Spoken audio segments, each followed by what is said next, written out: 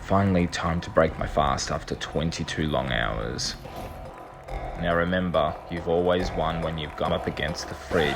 Do not look at the pantry. Don't even look in its direction. You've prepared for this moment. You've got everything ready. Just open that fridge door. Open the fridge door. Don't do it. Don't do it. Just reach for the fridge. The fridge. Yes, the fridge. The fridge. Not the pantry. Not the pantry. That's it. Wait, no. You'll never win. We've all been there, have we not? You get home and then the emotional brain takes over, and then instead of reaching for everything that you know that you should be eating, you go straight for the pantry or whatever it may be and start gouging away.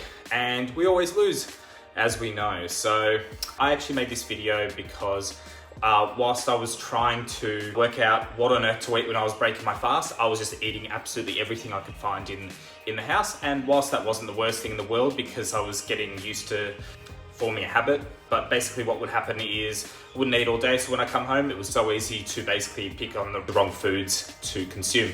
I tried to find a whole bunch of information on to break your fast, and yeah, there was some sort of rules in place, but the reason I think I found it really hard to actually find a whole abundance of information is because once you actually break it down, there's 101 different applications that you could be trying to achieve, and you know, some of those might be muscle building, some of those might be for weight loss or health benefits, and then all of a sudden, how can you make a one size fits all? So that made me think, well, why don't I share with you what I did and how I got to this point? And there was a bit of an evolution that happened, and I think you'll go through something very similar, and then you'll actually find what works for you. First things first, what ended up happening for me is I did actually start with the 16-8 fast, which you might have heard in my last videos. As time went on, I just extended that window further and further and further, and I actually found it really worked really well with what I was trying to achieve. And as time went on, I realized that I had to actually consume the right foods as well, just so that I wasn't, you know, lethargic the next day, or I didn't consume enough, or even I ate the wrong foods.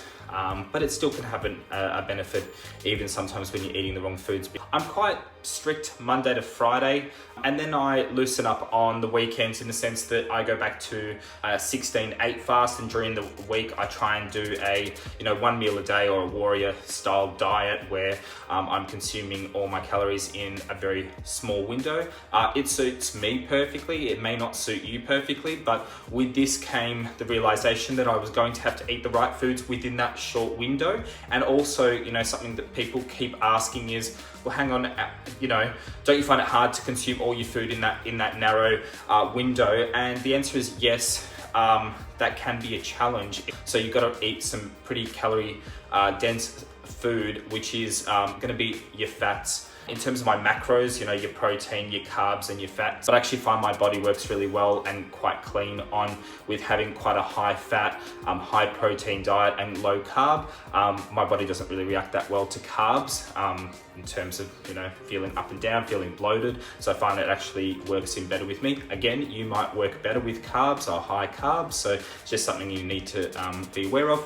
The other thing, that's one way you can increase your calories if you're finding it hard to get to your goal, because at the end of the day, if you restrict your calories too much, yes, you'll lose weight, but you can actually store a little bit. But because you have a smaller eating window to what you used to, you can actually feel lethargic the next day. So I think it's much smarter idea is to be sustainable over a period of time. I've been doing this for years now, so for me, I'm quite used to it, and it doesn't wreak havoc, and I sort of have listened to what works for me and start small and see what works for you. Work out what you want your goal to be, because then you can form your plan around that. So I'm going to tell you what my goal was, or what my goal is now, and that's how I've centered the food that I eat around that goal. At the moment, my goal is literally just to lose a little bit of body fat, but still maintain some muscle mass. So for that, I just keep my protein quite high. I keep the fats there because I still need to get it out there, and there's so much protein you can eat in a 2, 3, 4 hour window. And I definitely have carbs in there because I want that glycogen so that I can, you know, still perform at the gym, or on the weekends I go a little bit harder. So I use that to my advantage, because I actually do create a larger eating window so that when I do exercise, I can fuel up and actually get a good workout out of it. So based on that, I actually did use MyFitnessPal, but I actually also did a body composition analysis, one of those proby things where you put your hands on and your feet on, and it actually gave me my basal metabolic rate, which is just basically the number of calories your body needs at rest to keep you alive and performing all the bodily functions that it's meant to be performing. This number came in for me at around that 2100. So when I plugged in, you know, all the various numbers into MyFitnessPal, it told me that basically if I wanted to lose about 800 grams per week sustainably over a period of time, to say lose 3-4 kilos in the next couple months, that I would have to consume roughly 2200. I'll put a snapshot up here as well, which actually makes a lot of sense, because by the time I put in the fact that I'm active and I do a little bit of weights and do a little bit of walking and a little bit of cardio, that didn't take into consideration all of those things, just the calories required at rest. I had that number, then I realized, okay, well, I've got to work out the foods that I'm going to eat. So this is the fun part. You saw in the video, the clip before, when you get home, the biggest key is prepare the food in advance. Now, I don't mean prepare absolutely everything, your dinners, you know, absolutely every single thing. But if you've got a 2, 3, 4 hour window, 5 or 6 hour window, you know, so that you reach for the correct foods, just have a couple of those foods lined up that you can just grab, you know, them quite easily. And whilst you're really craving is when you can make the worst decisions. But you and I both know if you quickly grab the right things, quickly eat, you're going to get satisfied a lot quicker.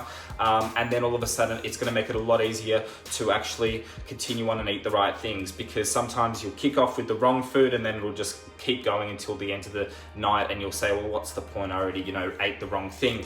This is what I've done, and this is what I said to you earlier about that evolution. I'm going to show you in the link above on MyFitnessPal what I eat, but I'll just quickly explain to you what I mean by having something quite easy to reach. Is I'll have pre-prepared, actually I'll have a whole bunch of these containers prepared, and all it is, you know, I change it up all the time. There's almond meal in there, there's walnuts, there's cocoa nibs, and what I do is I put, you know, Greek yogurt in and some blueberries, and as soon as I get home I consume that, or I might actually, you know, have a shaker ready with protein in there, because the key is have it ready. Just put the protein in there. If you consume any other supplements with it, for example, maybe creatine or whatever it may be, just put water in, quickly shake it up, quickly drink it because you haven't eaten all day. And it's not a bad way to actually break your fast as well, with having some protein and having something, you know, that's high fat or high protein, because it's not going to spike your insulin through the roof straight away. So it's actually, because your body's been quite ketogenic throughout the day and working off, you know, whatever reserves you have left, or have a little, you know, a little shelf ready with all the things you're going to eat, and, you know, maybe some peanut butter. I have, what I do as well is, because you haven't technically eaten breakfast, so I have a breakfast style meal as well. So I'll get some frozen spinach, which I found has just become the easiest thing for me, and I'll just put it into the saucepan, cook up some, you know, some eggs with it as well, and put some other things in there. You might want to put a bit of bacon, and now all of a sudden, if you eat some similar foods each single day, just have those, you know, pre-prepared meals that you're going to have, and that should get you to the halfway point. Now, what I found for me is now at that point, and again, I'll show you on the MyFitnessPal, at that point, you should actually know how much calories you have left. And the best part about it, and what I've done, what I think really works, is if you've consumed that as soon as you've come home, you know, there's probably another half an hour, hour and a half before you might want to have dinner, maybe 2 hours before you want to have dinner, and you're going to know exactly how much you have left. And consume a normal dinner and not worry so much, because most dinner is going to have your protein, your carbs, your fats in there, and if it doesn't, just add whatever you need to make sure that, you know, you're consuming the right foods. Who knows, you might even have some dessert left over, and all of a sudden you're actually losing weight, you're feeling good. Just to recap, so the first workout is, what are you trying to achieve? Then base those goals around what you're trying to achieve. So if it is, you know, to gain muscle, then certainly you need to up your calories. If it's to lose weight sustainably, then maybe you want to keep a high fat, high protein diet, low carbohydrate, and start to restrict it down as time goes on.